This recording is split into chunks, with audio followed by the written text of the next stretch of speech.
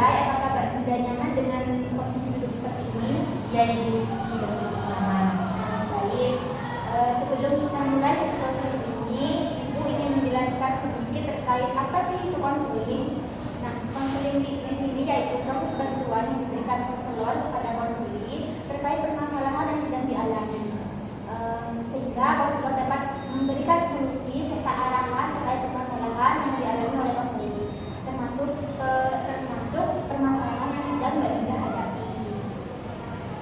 Nah, dalam sesi konseling ini terdapat 3 asas. Yang pertama itu asas keterbukaan, asas kesukarelaan, dan asas kerahasiaan. Yang dimana asas keterbukaan di sini Mbak Dinda dapat menceritakan permasalahan yang sedang Mbak Dinda hadapi secara terbuka tanpa harus ditutup-tutupi. Nah, untuk asas kesukarelaan di sini Mbak Dinda datang ke sini atas kemauan dari Mbak Dinda sendiri tanpa paksaan dari orang lain.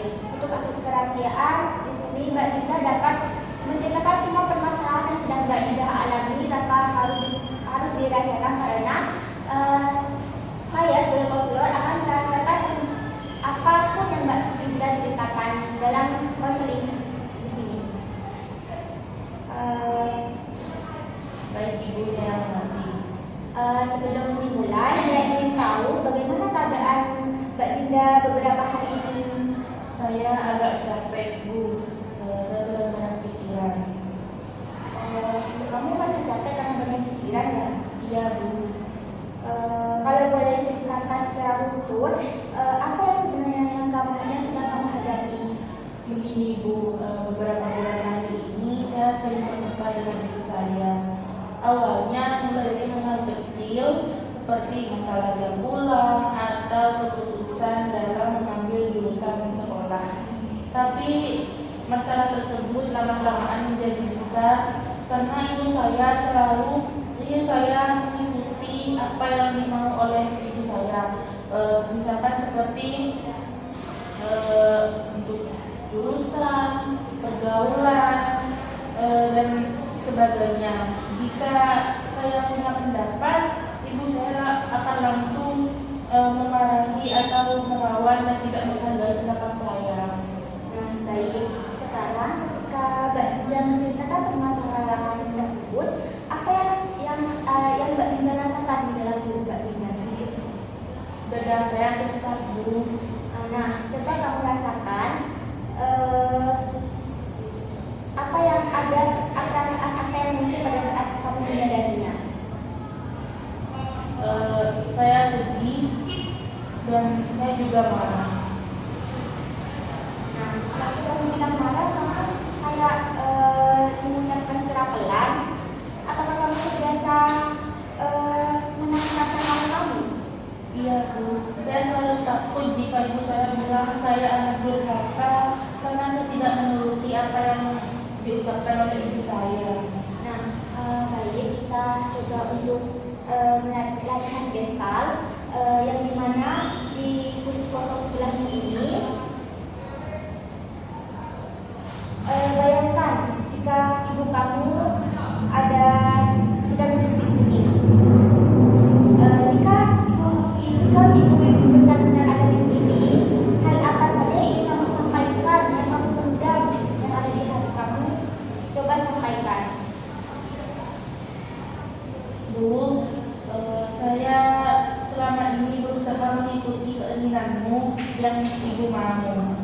Tapi saya juga merasa capek jika pendapat saya tidak didengar dan dihargai. Saya ingin ibu bertanya kepada saya. Saya bukan ingin melawan ibu, tapi saya hanya ingin dihargai dan pendapat saya didengar. Nah, sekarang kamu coba pindah ke kursi ini, lalu bayangkan kamu adalah ibu kamu. Menurutmu apa yang ibu kamu akan menjawab? Silakan. Ada pesanan. Lalu menurut kamu apa yang akan ibu kamu jawab? Mungkin ibu saya akan menjawab, ibu hanya ingin kamu aman. Ibu takut kamu salah mengambil keputusan dan ibu takut jika kamu salah pergaulan. Ibu sayang, tapi kadang ibu khawatir terlalu yang berlebihan. Sekarang kembali